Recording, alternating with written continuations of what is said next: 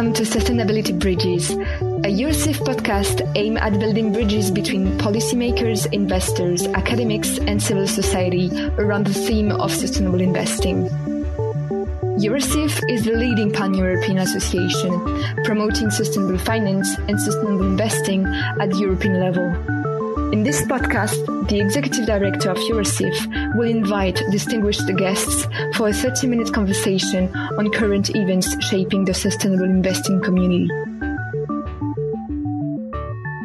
Good morning, ladies and gentlemen. My name is Aleksandra Palinska and I am the Executive Director of EUROSIF.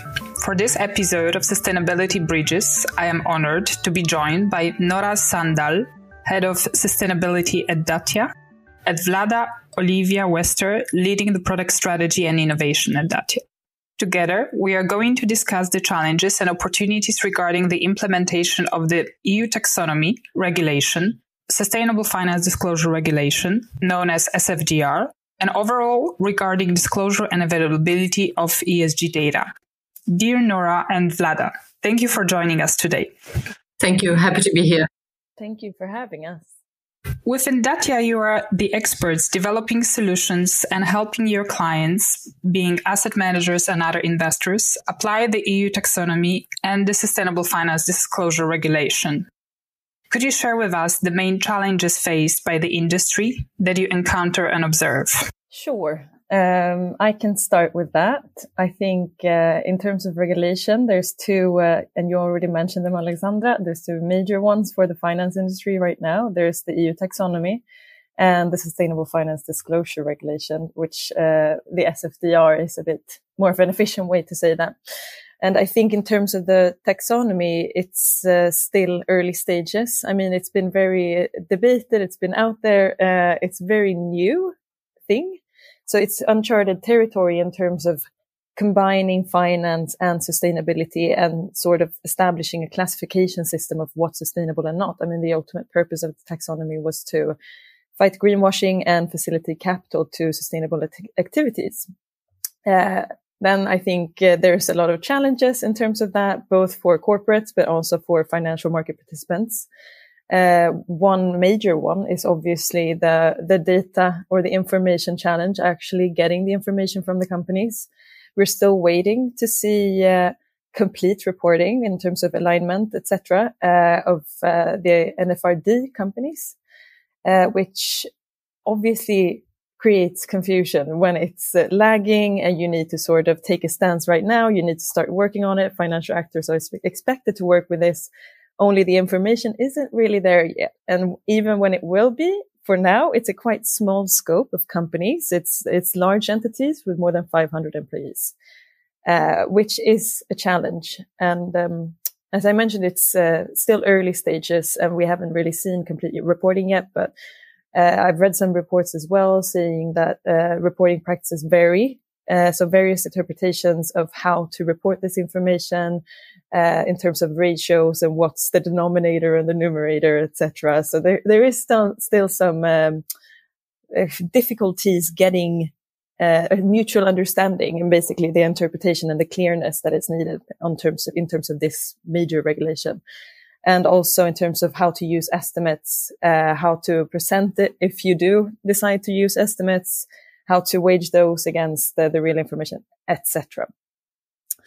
And in terms of the SFDR, I think it's compared to the taxonomy. If you compare these two, the taxonomy is very technical. It's very standardized. There's little room for interpretation, even though we've seen that in the reporting, there has been. But the SFDR is more holistic and it's specifically towards the finance industry.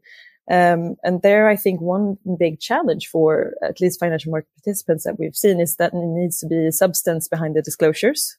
So not only the data, you don't only need the data of your investee companies or your exposures, but you also need to have a strategy, a governance process, a risk management process in terms of sustainability that you can fall back on and that you can actually stand and lean against when you start reporting these aspects. And in terms of that, I think there's been a lot of precaution. No one really knows what the articles. Some people are very scared of branding themselves as Article 9 fund, for example.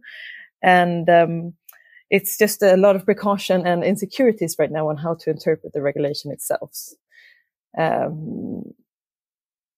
And another question is whether it's a labeling regulation or a disclosure regulation, I think.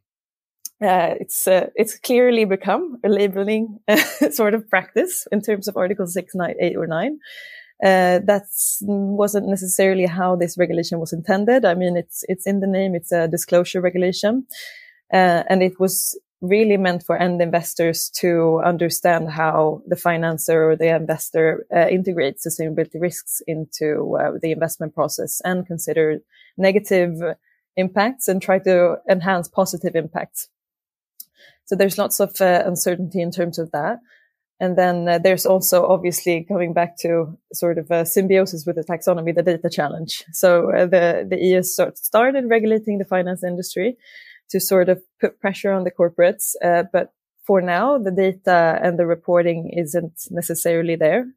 So there is data coverage issues. There is transparency issues, difficult understanding the data that companies actually report, and completeness issues, I think. Before I pass over to Vlada, I mean, I'm kind of also thinking, would you think it would be useful to consider, well, firstly, clarifying certain SFDR definitions and provisions, but also to maybe complement the rules by the minimum criteria. So basically, putting a little bit more meat on the bone. I mean, to put a little bit more substance in it. Yeah, I think there's some uncertainties and some specific areas that could be useful for. One specific one would be defining what is a sustainable investment. I think that's something big shares of the industry right now is working on, and they don't want to deviate from what their peers or competitors are doing, but they also want to make it credible, reliable, and sort of meet the regulators' expectations. And that's based on the guidance out there today. That might be difficult, whether that's done by provisions or just more FAQs or Q&As by the ESAs. I think those have been really useful, and that might be a good place to start before revisioning anything. Thank you, Nora. Vlada, would you like to share your perspective and add something to what Nora said? Yeah, absolutely. To add a little bit of maybe, practical tips and customers' voice into this question of what are the biggest challenges. I feel like the biggest challenges for many of our users start much before and much earlier the most hands-on parts, where you have to aggregate the data, calculate, do the reporting. The challenge starts with the fact that to be compliant with SFDR, you need to create a proper sustainability strategy. And that is what your reporting will be based on. And that turns out to be sometimes an organizational challenge, or like you have to do a lot of fundamental work to get there. So you have to answer within your organization the questions of what matters of ESG matter to me and to our company, and why some of them matter more than some others. And this is a little bit like down to the roots work that they have to do so that they are able to communicate their sustainability strategy then through, for example, a PI statement in a very cohesive way. And I feel like, that can be actually quite hard to keep in touch with your value, with your mission, and then build on top of that.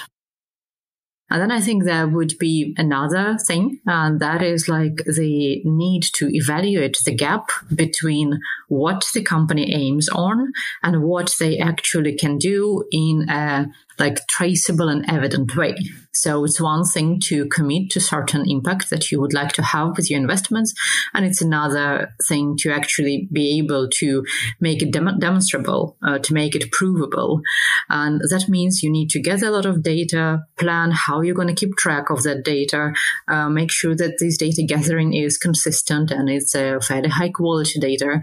And then so basically you enable yourself to compare this year after year, because that is the whole purpose, right? You want to show the progress. And very often that means that already at the very early point, you need to start even planning the engagements that you would like to have with your investees. So it's those organizational challenges which I think are very interesting in something which sounds like, yeah, we just need to report that, but it's so much more. Thank you, Vlada.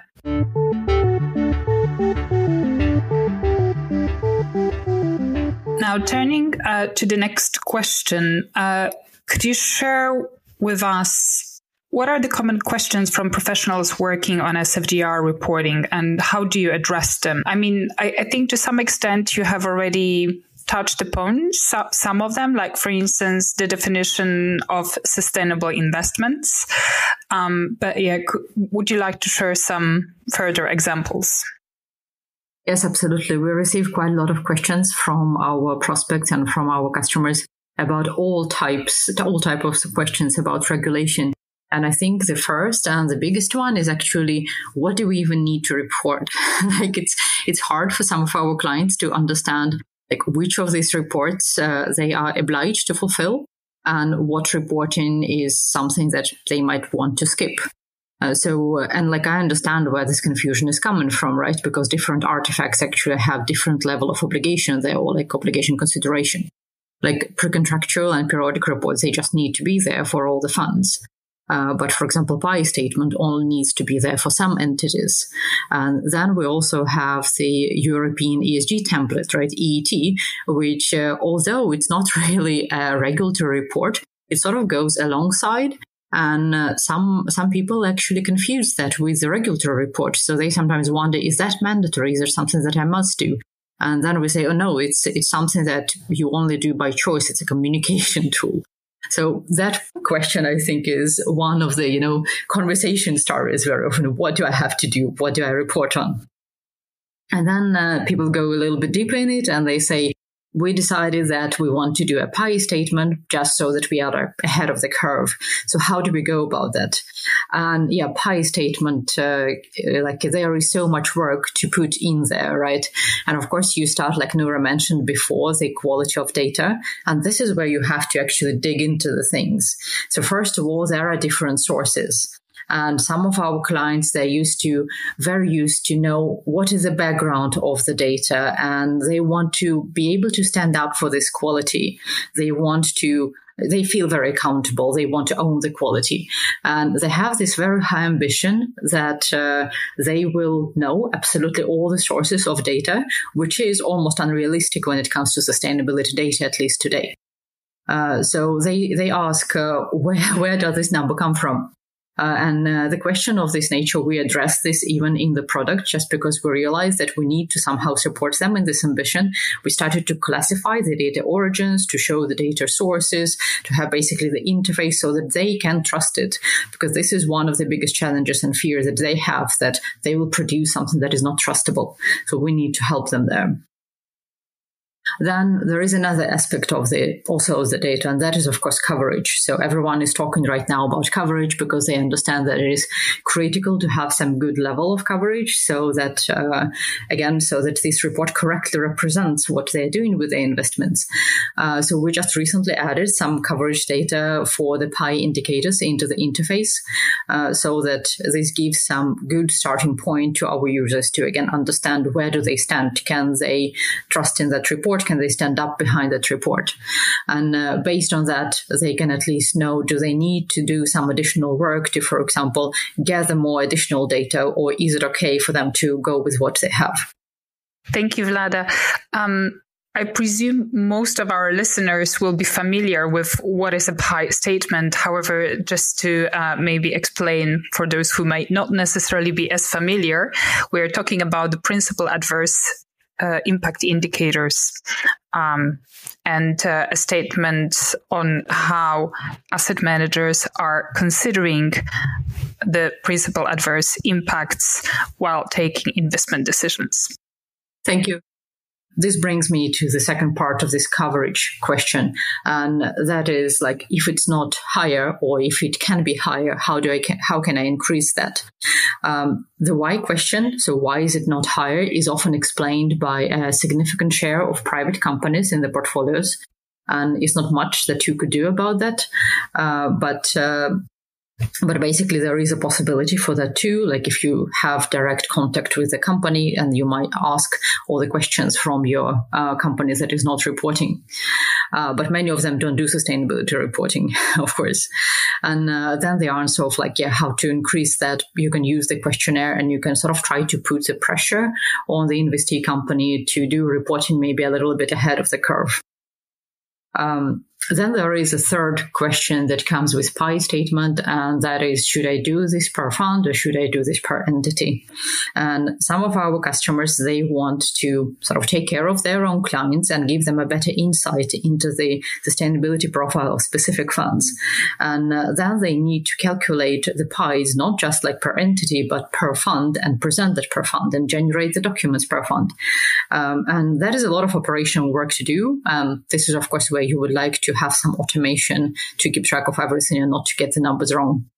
Thank you, Vlada. Now, maybe touching upon something you said, in terms of the availability of data, do you think the situation will improve with the implementation of the Corporate Sustainability Reporting Directive, which is accompanied by the European Sustainability Reporting Standards? Yes, absolutely. There are very high hopes that the coverage will increase as the scope of that regulation also increases. And there is a very good thing about slowly increasing the scope of the regulation is that many companies, they start to get it. And even though they are not obliged to report something, they very often would feel the pressure, for example, because they are in the supply chain of a larger company that is already obliged to report. That company wants to calculate their scope 3. So they start to reach out to their providers, who must be much smaller companies. And they already say, yeah, we need your numbers too. So there is a cascading effect of the regulation, which I think is just fantastic. And I hope that in a couple of years, when we listen to this pod, we will not be discussing how we're all lacking data. We will just have everything that we need. Indeed. And I think an interesting development to that end is that EFRAG, which is the body advising the European Commission on the development of the European Sustainability Reporting Standards, has already started work on the SME standards. I mean, focusing first on the listed SMEs, however, also intending to produce proposals for the voluntary reporting by the SMEs, which hopefully will also help to address the gap. Now, moving on to the next question. We are currently in this kind of a very special phase, basically whereby most of the financial market participants are now trying to put their head around, how to implement SFDR, EU Taxonomy, and with all these rules being phased in over several years with different aspects. And as you mentioned, that even in terms of the data being provided by the investee companies, I mean, this is also in stages. I think as these are the still early stages of the implementation of these new rules, I think quite a lot of market participants are a little bit overwhelmed by all of that and focusing on, the additional burden in terms of the compliance. However, what kind of opportunities do you think actually that these regulatory developments also bring for the financial industry? Do you think, some kind of a positive aspects and angles, and how to kind of turn it into the opportunity for the financial industry to better explain actually how they consider and incorporate sustainability risks and also impact-related considerations in their investments and investment decisions? Yeah, I think this is a big opportunity. I'm going to keep the optimist angle here. In my experience also, I think a lot of big parts and the majority of the financial industry there's been an intention to work with sustainability, and mainly both from the impact and the risk perspective, but the data has been lacking.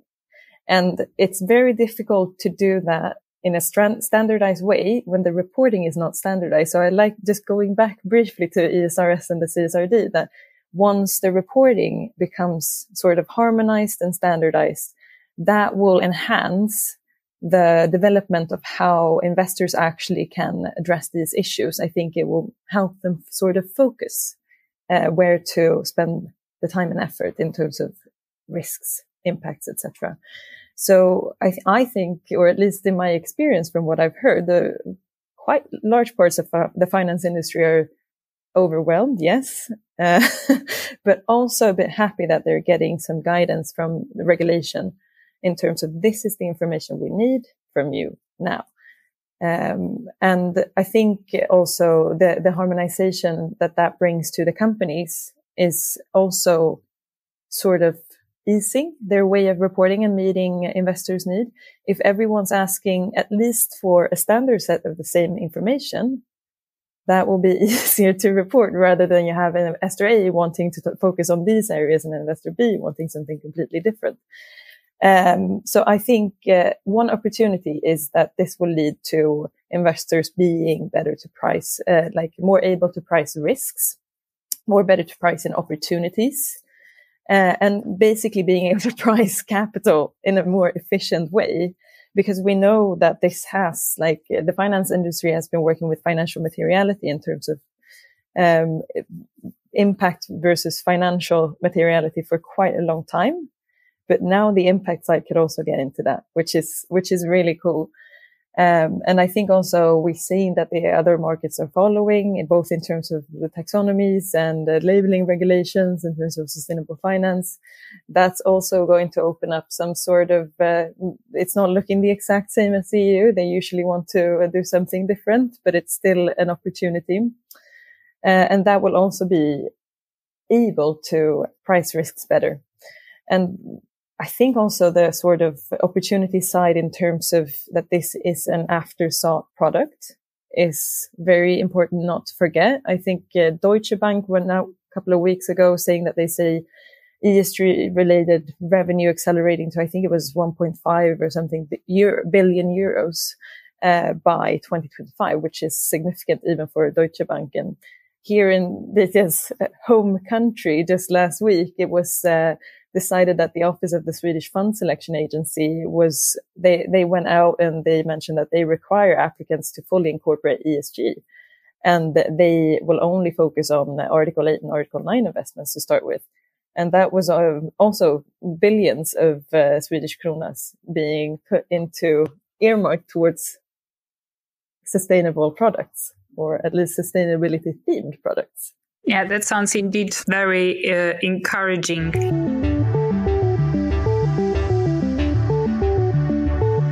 Touching upon certain aspects you mentioned about the coverage of data and the fact that, it is maybe to some extent more difficult to obtain the necessary disclosures from the non-EU companies. Would you like to share, for instance, your views and challenges with regards to the data estimations? Yeah, I think it's definitely a very difficult area. There's a lot of debate also, I think, in the investment community whether estimations are useful or not. So in terms of reporting, they're filling out the gap, absolutely. But when you're evaluating a holding or a stock or some piece of equity, it's not really certain that an estimation using that, if you're evaluating on sustainability impacts, is useful. However, we think that it's better. What I think is going to happen is that if estimations are going to serve as proxies until the markets follow and actually starts providing this information. But I think a general viewpoint has been that investors sort of have to work with half a blindfold on most of the time, because even if you have data, it's uncertain where it's coming from. It could well be estimated by the investee company as well. So I think, I'm hoping for ESRS to go global in that sense. Well, yes, let's hope for the best. But I think, obviously, we do have the ongoing work by the ISP to develop the international sustainability reporting standards. And of course, there is cooperation between ISP and EFRAG to trying to ensure as much alignment as possible, while considering the fact that both standard setters may, have, I would say, different objectives, and I would say here the scope to cover. However, I think it has been already to some extent positive that we understand that ISB will already make specific also references in its annexes to ESRSs, especially with regards to impact related disclosures. But yeah, it is actually very interesting what you mentioned about ESRS is kind of, going, becoming global. I think, the data estimations has been quite a big topic also in terms of the EU taxonomy related disclosures. And there, I think, there has been already some work, but surely will be even more by the Platform on Sustainable Finance, indeed trying to ensure that there is as much coverage and data that can be also obtained on the non-EU companies. Now, looking into the future, what do you think will the next few years look like regarding the implementation of SFDR by the industry? What do you see as the main challenges and milestones ahead? I think it's going to be quite careful treading forward. Like most regulatory implementations, the first couple of years, there has to be some missteps or some interpretations. And before there's sort of a mainstream benchmark created, that it's going to be a little bit difficult, in terms of the challenges we've been over already before. So in terms of data availability, data quality, interpretation, not going outside what you're supposed to in terms of claims and etc. and definition. So I think those are going to, with help of both industry leaders, which are often involved in creating some sort of best practice, and the regulators and the supervisory authorities, with help from those, it's going to get there. We're going to get there, but it might take a while. I also think that going back to the CSRD, it's funny that you always seem to end up at that. Like that will change the availability of data, and the corporate reporting will change, and so will investors, how they conduct their analysis and their assessments. And I think when this happens, once you can standardize the analysis in some sense, it will become more efficient. It will become easier to work with. You can sort of combine it with the financial analysis as well. And another aspect I think is very important. I'm speaking a bit from a biased standpoint here, but I do absolutely, even from a personal perspective, think it's necessary. And that's the advancement or the facilitation of technological solutions as playing a key role in obviously all of these regulatory. You need to have technical support, technical solutions in place to do this, because it's not meant for one expert or sustainability specialist sitting and doing all this work to him or herself. So I think once you get there as well, when you have the systems in place, then you can actually start working on the value add and the creation and like focusing on the strategy and how to take it further.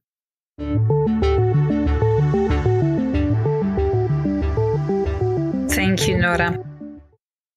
I think this nicely leads to the next question I have for you. What is your and Datia's contribution to the evolution of sustainable finance? And could you also on this occasion tell us a little bit more about Datia and what you're doing for your clients? Yeah, we are very honored to be contributing to the evolution of sustainable finance. That seems like a big mission. But in all honesty, I think we can say that we facilitate the implementation of it. So like all technological companies and solutions, we are the ones who free up the time for humans, for asset managers, to do the job that they are best at, which is making investment decisions that are aligned with their strategy. And again, like all technology solutions, we are just allowing humans to focus on the parts which today are too complex to be automated, too creative to be automated, which again, in our field is investment decisions. So we automate and we optimize the legwork that they have to do. We aggregate the data, we calculate the KPIs, we offer the right insights so that they can look at their data through different various lenses and incorporate those insights into their own decision making. We put it all in the reports, into the templates, we generate the documents so that it is, again, easy and smooth to do things which do not require that much creativity, which are much better done by tech than done by humans. And that, of course, allows the humans to put themselves into the place of creativity, of decision making. They can finally not think about calculating the KPIs, they can think what are they going to do about that. And thinking of the principal adverse impact statements, like those can be very, very hard labor to create because many companies have hundreds of holdings in their portfolios, and consolidating all the data from them, verifying them, aggregating, that could take, if you don't automate it, probably days and days, and very prone to human mistake. So that is one of the roles we play. And very often people think that automation is something a little bit boring. But if you look at the small asset management companies, for them, most of the time, automation is the only way to offer any type of sustainability products. Because when it is so labor intensive, either you have a big team of people, and what are you doing with this problem if you have 5 people, 6 people maybe in your whole company? And this is where they can use platform like ours so that, again, they unload themselves from the labor-intensive work that doesn't have to be done by a human, and then they can actually keep innovating, keep building better investment products.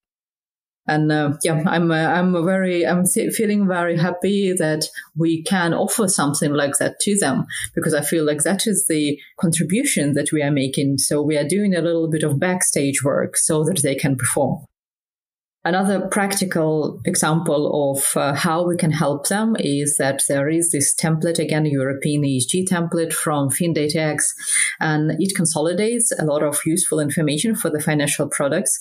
And we had several clients who have tried to complete it manually, and it took them a lot of time. You can see that it has been a very traumatic experience for them. And then we asked them, how much time did you spend on it right now, that we have built like a pretty questionnaire on top, and it literally took them half an hour per fund. And again, that is a fantastic way to free up humans from the work that they don't have to do manually. And then there is another thing that we are trying to address, and that is that a large part of this industry is still working with a very intransparent tool as ESG scores and ESG ratings. And it's something that we are trying to go a little bit ahead of, because obviously that concept has run into some type of crisis, because there have been studies which show that they do not align, right? They are not reproducible, or they just yield very different results. So we thought, what can we do next about it? What is the next step? And we decided to just go one level deeper, show the origin of the data, show the source of the data, so that, again, we can offer our customers the transparency, and we can offer them the feeling of control of what they're putting into their reports. I feel like this approach provides information that is necessary for them to be better informed about what goes into the product. They can also prove their claims made in the pre-contractuals by using that approach. Thank you, Vlada. Would you like to add anything to that, Nora? I just think it's exciting to sort of, I've been working with this for quite long, and now the data universe is just growing and growing and growing, and the information accessibility is increasing all the time. All as quality, information quality is also increasing. So for me, that's super exciting, and like being able to help investors or facilitate that investor can use this real data in terms of sustainability. But also, for example, in the financial industry for quite long, you've been working with business involvements, like how does your exposure looks to different industries, etc. What does the revenue streams that we've invested in come from? So you get this extra layer of transparency, not just in terms of the regulation, but in terms of what you've actually established that this is what I'm meant to do. So working it's sort of going full circle where you can facilitate from the initial screening process to active ownership, divesting if it goes that bad, and all in between. So that's really exciting for me. And I think also the market now is sort of, as I touched on before, that the industry leaders, there's going to become sort of common practices created now in the next couple of years. And that's very excited to be a part of as well, and sort of be on the tech side of those practices and facilitate that. Thank you, Nora and Vlada, for joining us today and for this insightful conversation and for your time. Thank you very much. Thank you very much. It brings us to the end of this insightful conversation and the end of today's episode. Thank you very much for listening. Do not hesitate to like, follow and share this episode of Sustainability Bridges. EuroSIF will continue in the next episode to bridge the gap between the policymaking and the practice of sustainable investing with the help of distinguished guests.